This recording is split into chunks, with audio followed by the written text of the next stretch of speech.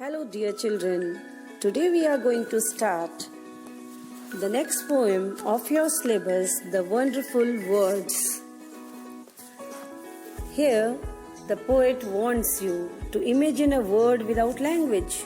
All humans speak at least one language. The words we speak bring out our thoughts. And if there will be no words, then what will be the fate of human beings? Let's start the poem. Never let a thought shrivel and die for want of a way to say it, for English is a wonderful game. Here, shrivel means to wither, to shrink.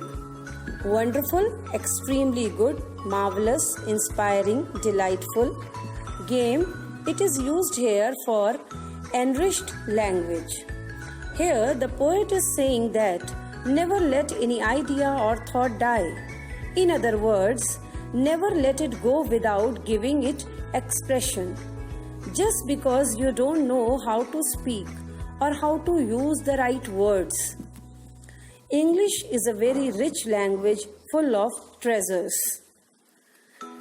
Here, the poet Mary O'Neill is describing the value of English language, the value of the treasure house of English language.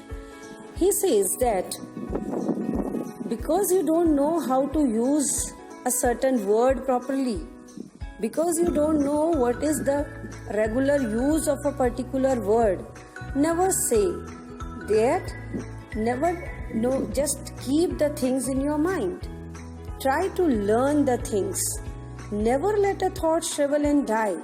Ideas are coming up in your mind, so give it a shape in the form of a language. For want of a way to say it, want meaning lack of. Because you don't have proper words to describe it, so never let die the ideas, the expressions which are coming up in your mind. And all of you can play it. All that you do is match the words to the brightest thoughts in your head, so that they come out clear and true, and handsomely groomed and fed. For many of the loveliest things have never yet been said. Handsomely means elegant style, attractive manner. Groomed and fed meaning nurtured. Play here means use. Here the poet is saying that English is such a marvelous, beautiful language, but you all can play it. Means you all can use this language. It's not so difficult. Maybe at times it seems difficult to you, dear children. Actually, this is the message for my class 6 children as well. Maybe English seems to be difficult, but it's not so difficult. All that you do is match the words. Whatever you are doing, for each and every action of yours, words are there. To the brightest thought in your head, whatever ideas are coming up in your head, words are there for it. The poet says that all of you can play it, which means everyone can use it effectively. You can find the perfect words for the thoughts or ideas in your head and give it a clear expression so that people can understand it clearly and nicely. Don't think that you cannot do it.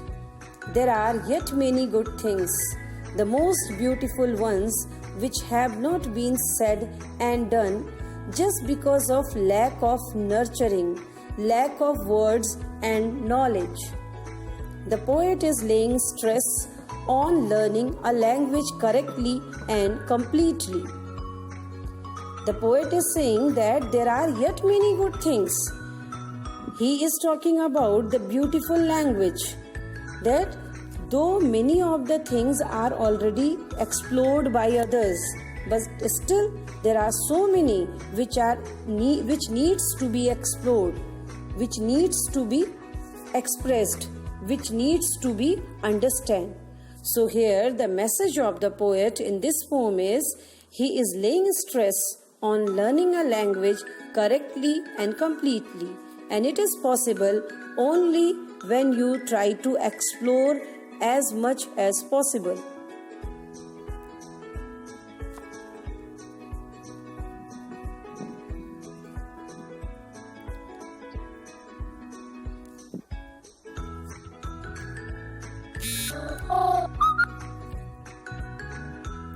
So dear children, it is equally applicable for you also, as you are also learning English language, so it is easy enough. Only you need to explore. Words are the food and dress of thought. They give it its body and swing, and everyone's longing today to hear some fresh and beautiful things.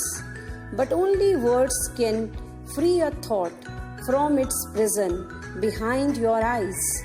Very beautifully the poet has given the importance of value of language here. Maybe your mind is holding now a marvelous new surprise. Marvelous meaning here amazing. So dear children, here the poet is saying words give a structure to any thought or idea in your mind. The poet is saying that never think that we do not have any new thoughts. They are yet to be explored and searched. They yet need to come through. Thoughts and ideas are caged in our minds. If anything can set them free, that is words. Words alone can give clear and beautiful expression to thoughts and ideas. Words alone can earn them praise. So it is a must to learn and perfect our language. The poet says that words are the food and dress of thought. Whatever thought, whatever imaginations what are coming up in our mind, they get shaped when they are expressed in words. They give its body and swing. Words are giving body, shape, structure to our imagination. Otherwise, they remain in our mind only, unless or until we frame some words, we explore certain language, we explore certain dialects. And everyone's longing meaning desire, today to hear some fresh and beautiful things. And as everybody wants refreshed ideas, fresh things, fresh expressions, but only words can free a thought.